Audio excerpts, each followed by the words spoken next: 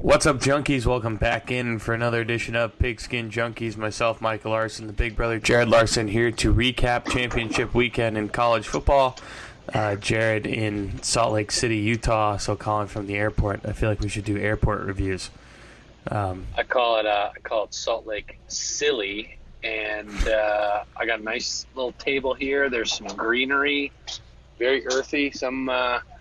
Somebody just came in with a loudspeaker and told me to hike a mountain, hike a trail, something, blah, blah, blah. So I have never been here before. Really? Yeah, quite excited. I was sitting in my seat on the aisle in Orlando, and this girl comes up to me, taps me on the shoulder, and says, "Hey, would you like to sit in first class?" I said, "Well, yes, I would." So I got to sit in first class for the 4-ish hour ride out here, which was great. And yeah, TBD. I've seen about 3 gates and this moving walkway and the bathroom, which had its lights totally off. I have been to the Salt Lake City airport a few times. That was weird. For what? When Jackson Hole? No, because that's where you fly in when you go skiing in Park City. Ooh, sick burn there. So I'm going to be there in like 2 weeks. Sick drop, dude. Yeah. Actually, you want to know what Patagonia vest I'm wearing right now? The Jackson Hole Patagonia vest. That's right. Jared's favorite vest to wear. Hey, Jared, where are we?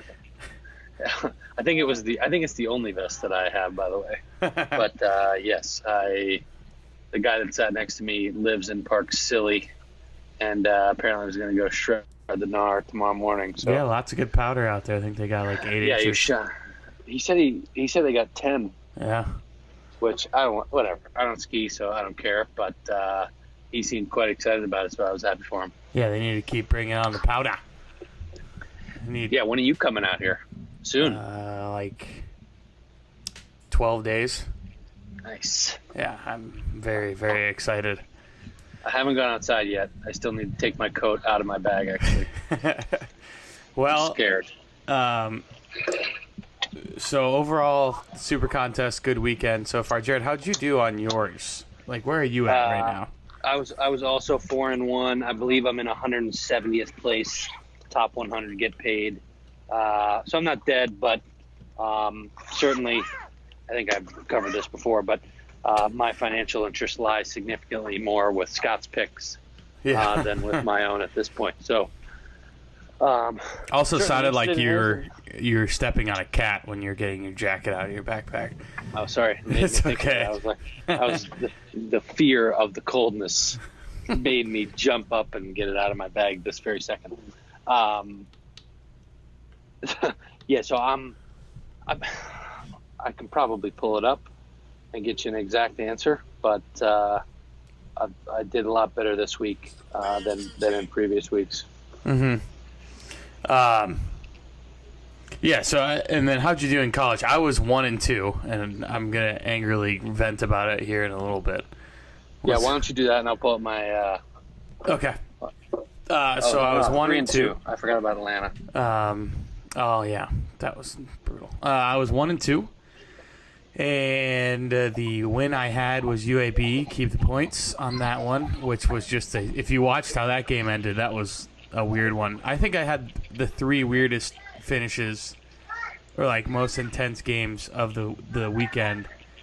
Boise State obviously losing to Fresno State in overtime, and then and then of course, as I had mentioned before, this is now, I believe, 0 for 4 in the last 3 years on me picking the Texas-Oklahoma games. Looked promising early, and then just brutal.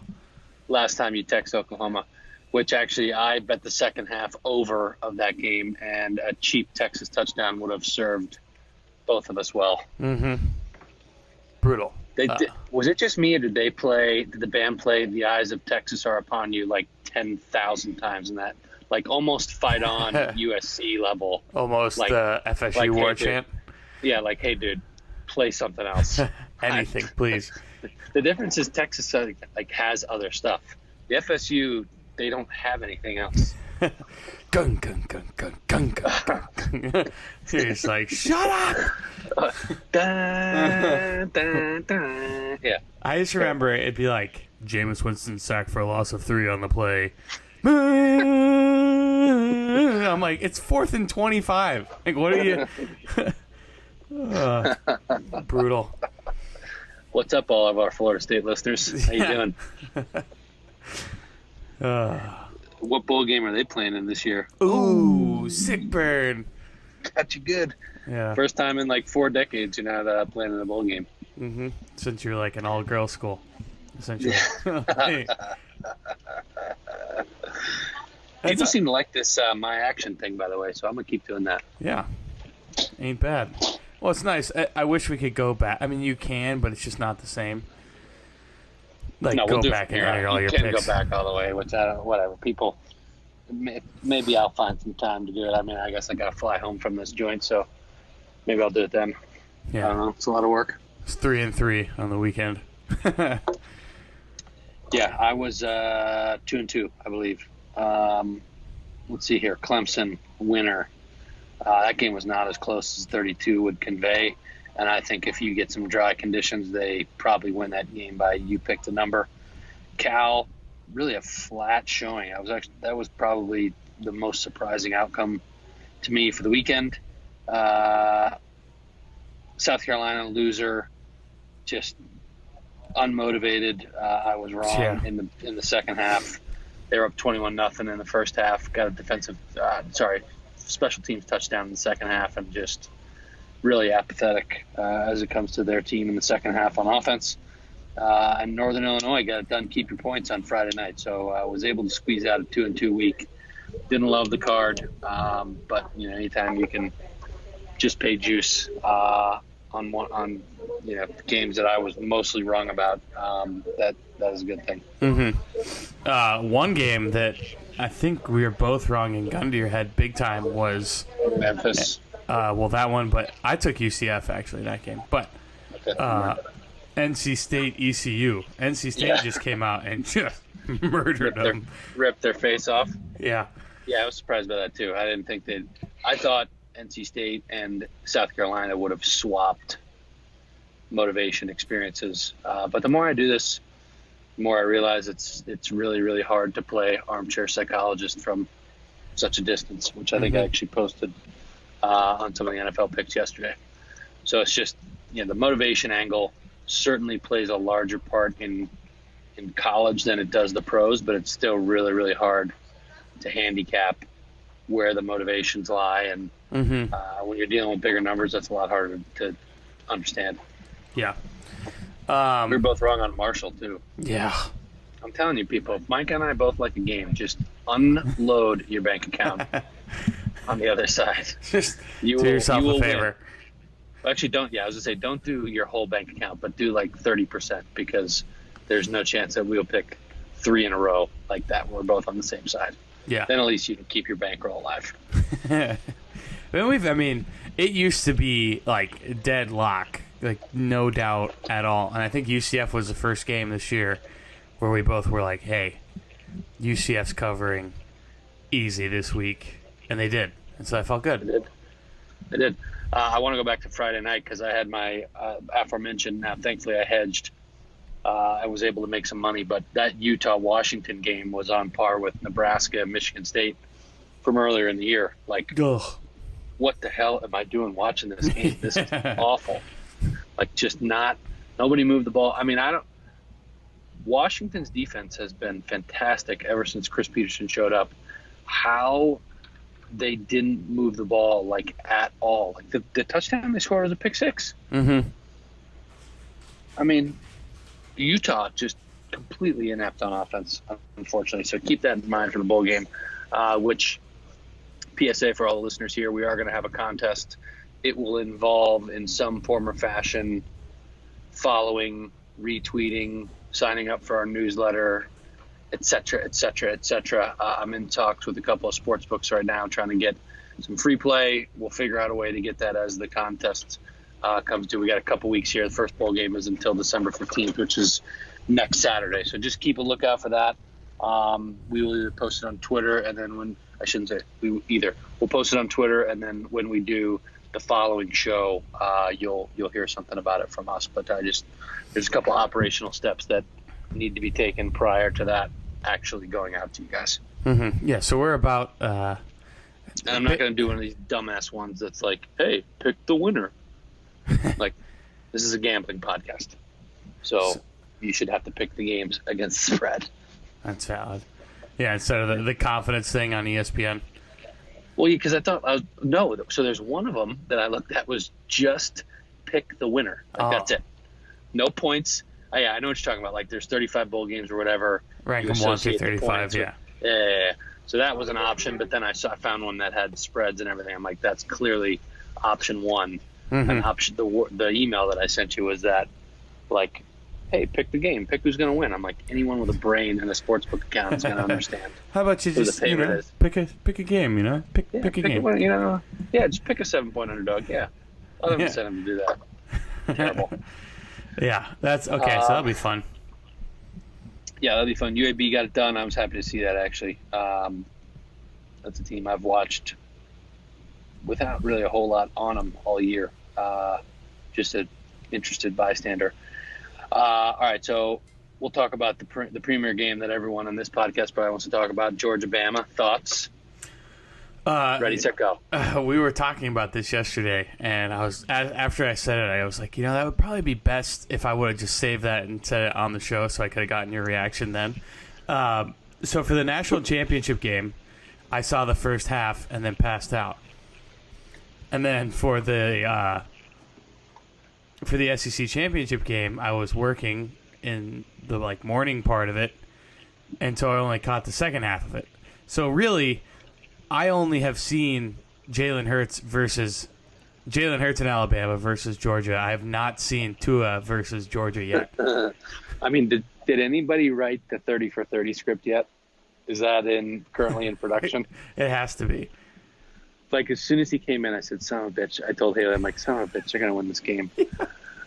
And they just claw back. And I feel like the Superman thing from him is like kind of a dig at Bama, but I don't know how. I'm trying to think about how it is. But yeah. I feel like he's just so disenfranchised. And then I posted it on Twitter. I mean, Saban predictably banging the drum about how this is why you stay on and blah, blah, blah. Like, that's why he lies to people, so he can get performance. Because otherwise, guess what? Some noob freshman's coming in and is probably losing the game for him. Yeah. But instead, he's got a two-time – what was his record as a starter? 23-2? Yeah, something stupid. So that's the difference. He's lost to Auburn and Clemson. Yeah, I mean, dude. Which, by the way, I think Kelly Bryant's not – I think I've read Arkansas. Really? That's the topic. Anyways, yeah, I'm gonna throw myself off the cliff if that happens. What? Don't threaten that again. Yeah. People keep threatening these things that they writing checks that their bank accounts can't cash. What was your thought on the fake punt 4th and 11? That was the dumbest thing I've ever seen in my life. All right, so I'm gonna play the other side of it here, and it's with this caveat. I couldn't tell based on the camera angle that Bama was in safe. They should have, no question, audibled out of it and or called a timeout and just punted. Mm-hmm. But I think anyone that knows anything about football would be remiss if they disagreed with the fact that Bama had all the momentum right there. They would have been punting on the ball with 3 minutes left, which is just enough time. Now, granted, Bama's has well documented their kicking issues. So that I understand that part of the argument, but I kind of don't blame Kirby for going out there and trying to win the game. Yep. Because I think if you pick that up now, you're likely to win. Again, you don't run it against a safe defense, and Justin Fields back there is kind of weird. I don't know if they saw that and then dropped into safe or what exactly transpired, but it's just weird. You don't let Justin Fields throw all game, and then you try and set him up to throw on a fake punt, 4th and 11. This will be my rebuttal. And Auburn decided they wanted to do this against Alabama too, where we ran a fake for a yard to try and get a yard, so we threw it out in the flat to our kicker. Oh, yeah. So here's my thing. If you want to pick up a 4th down, what's the point in trying to trick a team? Just put them out there and try and get it. If you want to get it, give yourself the best chance. None of this trickeration bullcrap, especially in that sort of a moment where you have back against the wall. It just felt cheap. To me, I feel like those sorts of plays can be like, okay, our coach doesn't believe that we can get it done. Like, how do you feel if you're Fromm and you played a heck of a game, like up until that point, and you've been dropping dimes, and you go, no, we're going to go punt team fake and try and throw a football? Yeah, with the freshman. Yeah, just stupid. Yeah, I don't necessarily disagree with you there. It's like I try to not do the Twitter reaction where everyone's like stupidest thing in the world. And it's like, well, think about it for 2 seconds. Like try and see it from the other end. I mean, you have the result right in front of you. So obviously it didn't work out. Right. You're going to say it's dumb. And I don't necessarily buy into like worst decision ever. I think the thought process was decent, but yeah, there were a couple things that would have short circuited for me. And I agree with you generally. Like if you're trying to win the game, go win the game. And really, I think based on, because everyone wants to say, well, you punted deep and play defense and they got kicking problems or whatever. I think that also says that Kirby's got a lot of confidence in his defense because they were on the Bama side of the field. I mean, granted, it was like, 47, 48-yard line. Right. But, I mean, okay, so Bama's got to go 30 yards, which is 3 first downs. Unless you get a chunk play, which they really hadn't gotten a ton of all night. And then they're going to have to kick so from the 20, they're going to have to kick a 37-yard field goal, which you and I have seen firsthand is not a gimme with that school. Or anyone, even in the NFL these days. Yeah, geez. Unbelievable. Minnesota Vikings, terrible. It's unbelievable. The foresight on that poll was remarkable by me. Thank you. I'm going to break my arm, pat myself on the back. So I don't know. I mean, and this, whatever. This whole most deserving, we'll talk playoff here for 2 seconds. You're making a decision. Either it's best for or most deserving. To me, in my mind, there's a clear delineation between those two things. That's obviously not the case for everyone out there. But the question is, do you want, people are ignoring the fact that they got to sell ads and this is a TV deal and they want people talking about it and all that stuff. So I got no beef with Oklahoma getting in. I think actually as an Auburn fan, I think Oklahoma has a pretty good chance at beating them. And I think Clemson's got a really good chance at beating them. So, and Notre Dame poses zero threat whatsoever. So if we can get them to have to run through the gauntlet of Oklahoma and Clemson, I think if nothing else, that will be entertaining television. Yeah, my thing with that is, one, you can tell how much the committee didn't like Ohio State. Like, look, you guys got your jugs waxed by Purdue. Yeah, they can't. I think Cowturd said it today or last week or something. He's like, it's not about your wins anymore because even shitty teams get good wins. It's about your losses. So Georgia got waxed by LSU. See you later. Second loss, game over. Ohio State waxed by Purdue. See you later. You're not going to get into that 4th spot with those massive losses. It's not going to happen. Right. And with Oklahoma, you have a team, and I said it last week. To me, I thought it was Oklahoma all the way if they beat Texas, because then they eventually, however Close you want to cut it. Neutral. Right, and then they beat that team again later. Yeah, exactly. So then they essentially, you could say they beat everyone on their schedule.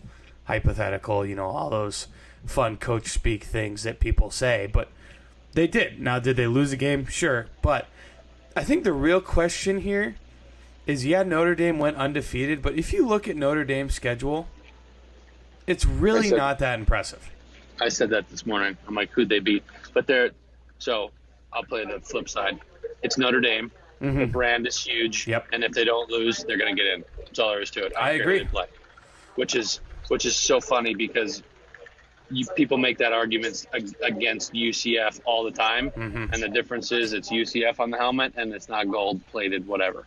What do UCF and Notre Dame have in common? I don't know. They both were undefeated this year. O'Leary was their head coach at one point in time. Forged resume, unbelievable.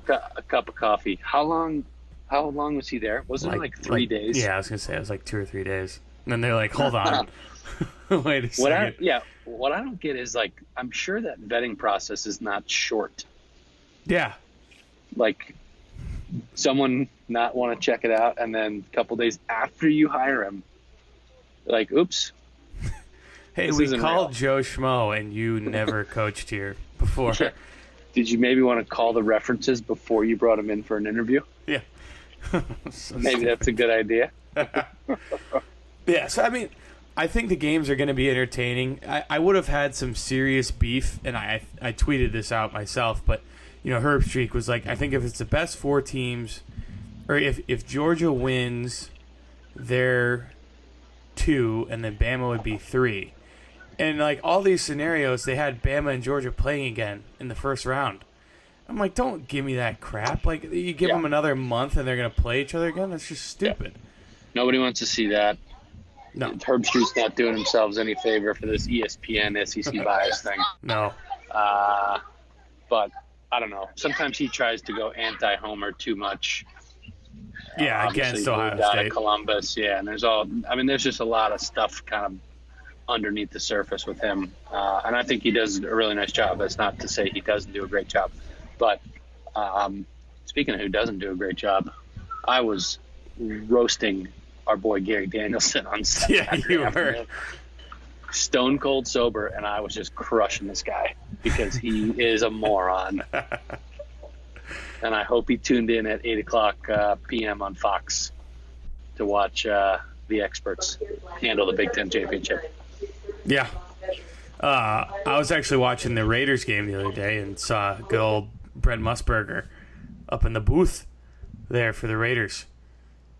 Is he going to be the play-by-play guy? I think he is. And when they move to Vegas, he's gonna grab the bull by the horns hard on that and just run with it. Well, maybe I'll have to say hi to Mr. Musburger if we're out there and get an interview from VSiN again. Oh, we're gonna say hi, and I'm gonna say, hey, how do you feel about the whole Kareem Hunt thing with how hard you defended Joe Mixon, and then how are you feeling about AJ McCarron's wife these days? So a slightly serious question up front, and then a dig at the end, and then just a roast, and then just disappear. Yeah, then see you later. All right, bye, ghost. You're way more successful than I ever will be. Hey, he has been. They're crushing it out there. Mm-hmm. We got Scotty on the show. Scott's picture was fantastic. Oh, I didn't see it.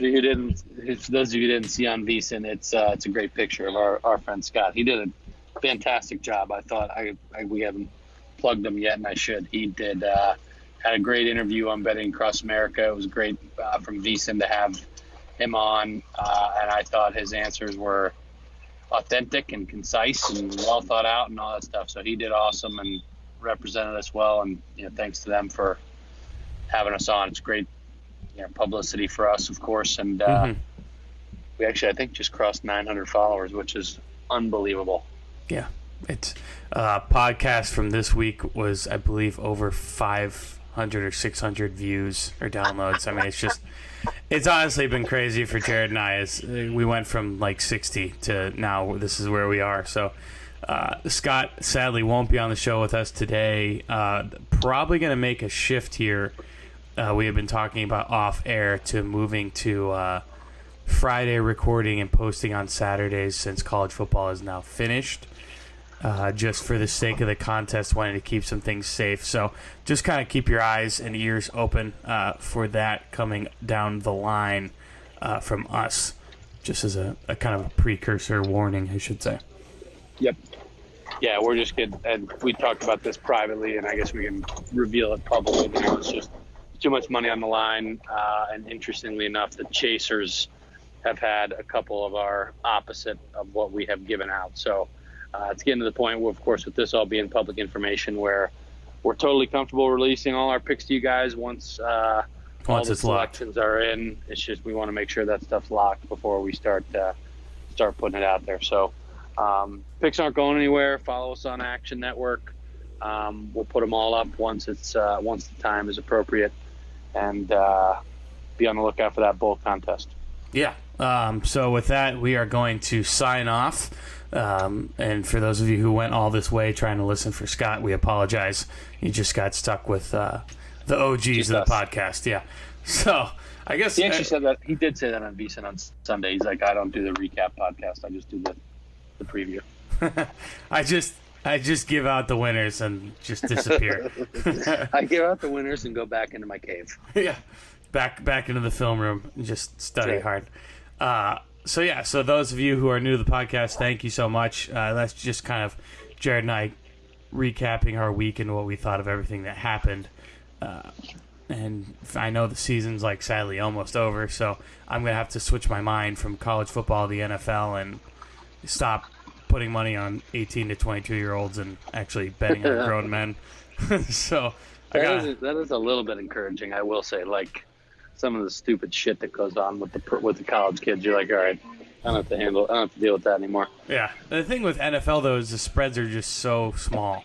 Like college, it's 28.5. In the NFL, it's a big spread is 13. If you see 14, it's like, whoa, this team sucks. Yeah.